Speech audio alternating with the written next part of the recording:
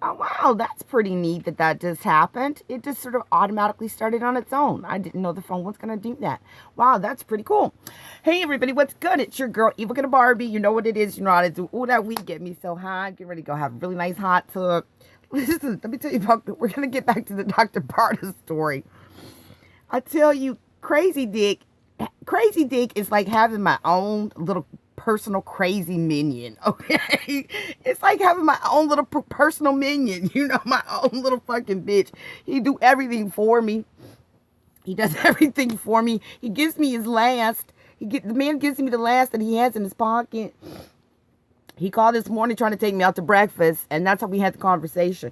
But listen, when he came in the other day and his ass was fucking high, he's saying, he walks in the door, and I haven't seen him for 2 weeks.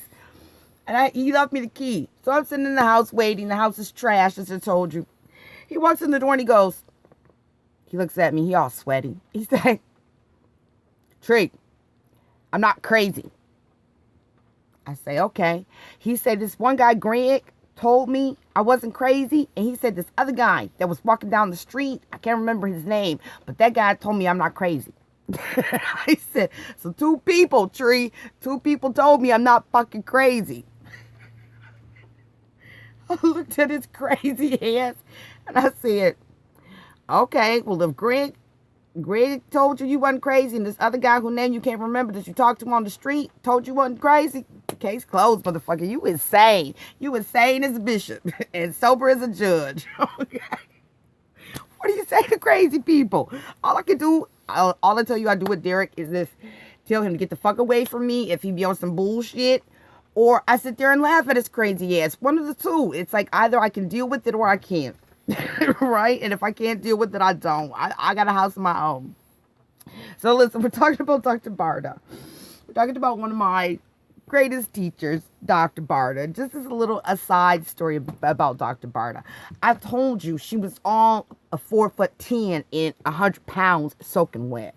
Okay, and every time I would come to her home, she would have some new daily delivered treat, some sort of like treats from Poland or pastries from her personal baker, or she'd have these little granoche things, right, that were like sweet breads that were dipped in, oh my God, powdered heaven. She'd have these most fabulous flower arrangements that would come delivered to her house. Every day things were being delivered. Every time I was there was like a fucking procession of delivery people somewhere in the background delivering these beautiful, wonderful treats to Dr. Barta. And she would always make sure I had something. Whatever came that day that I was there, the day before, she would already have it in the bag for me or in the box for me. And she would say, darling, there's something on the table for you. She said, these are straight from Russia. She said, you must try them. They're simply to die for. And she'd get all excited, right, with her cigarette hanging from her mouth. So one day, just as a little aside, we were sitting there and she's got these beautiful shoes, right? And she's like, and she had on shoes that day and they were just fabulous. And she was like, darling, I can't help but notice you admiring my shoes. She said, do you like these? I said, like them. I was like, oh my God, girlfriend. Because I know the shoes. I said, those Jimmy Choos are fucking killing me. You slaying me with them Jimmy Choos, Dr. Barta. Now, she says, she's like, yeah, I went out for dinner last night, she says, and I wore these, and she said, then I went out for lunch, and I just couldn't take them off. She says, aren't they fabulous? She said, they're Jimmy Choos. She said, I paid $1,200 for these. I was like, wow. She was like, yeah. She said, I paid $1,200 for these Jimmy Choos. She said, I got them in New York. And I was like, them some badass shoes, Dr. Barta, because we could talk to each other like that now at this point. We've been together for almost 8 months. I said, them some badass shoes, Dr. Barta. She says, listen, I have 5 pair. She said, I have 5 pairs. She's like, I'm addicted to them. I love them. And I said, you have 5, wait, let me be clear. You have 5 pair of $1,200 Jimmy Choo shoes. She said, yeah, and that's just the Jimmy Choos. She says, no, you haven't seen the Alexander McQueen's. You haven't seen the Chanel's. You haven't seen, she's like, I'm just addicted to the shoes. And I said, well, Dr. Barta, I love nice shoes too, but I don't think I could ever pay $1,200 for a pair of shoes. She says, Yes, you can. She said, you can and you will. She said, you must. This is before red bottoms. This is way before fucking Louis Vuitton. This is like 10 years before fucking everybody had to have Louis Vuittons, and they cost $1,800.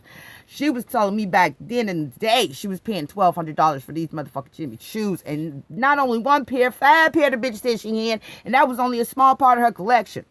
She said, you know, when you're studying psychiatry, everything is Freudian based.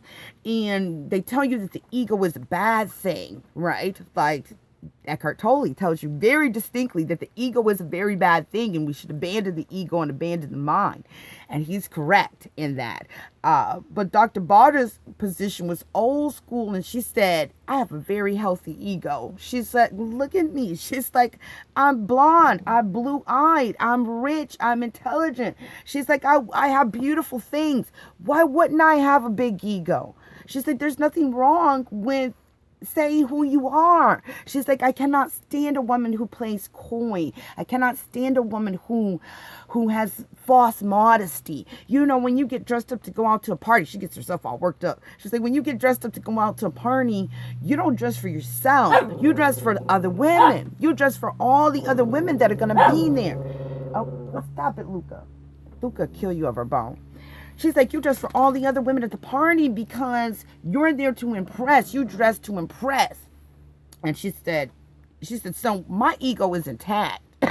She said, I have a well-deserved and well-maintained ego. And she said, don't you ever let anybody tell you not to be proud of the fact that you are a beautiful, intelligent woman with style and class. She's like, don't ever let nobody tell you that that's too much ego.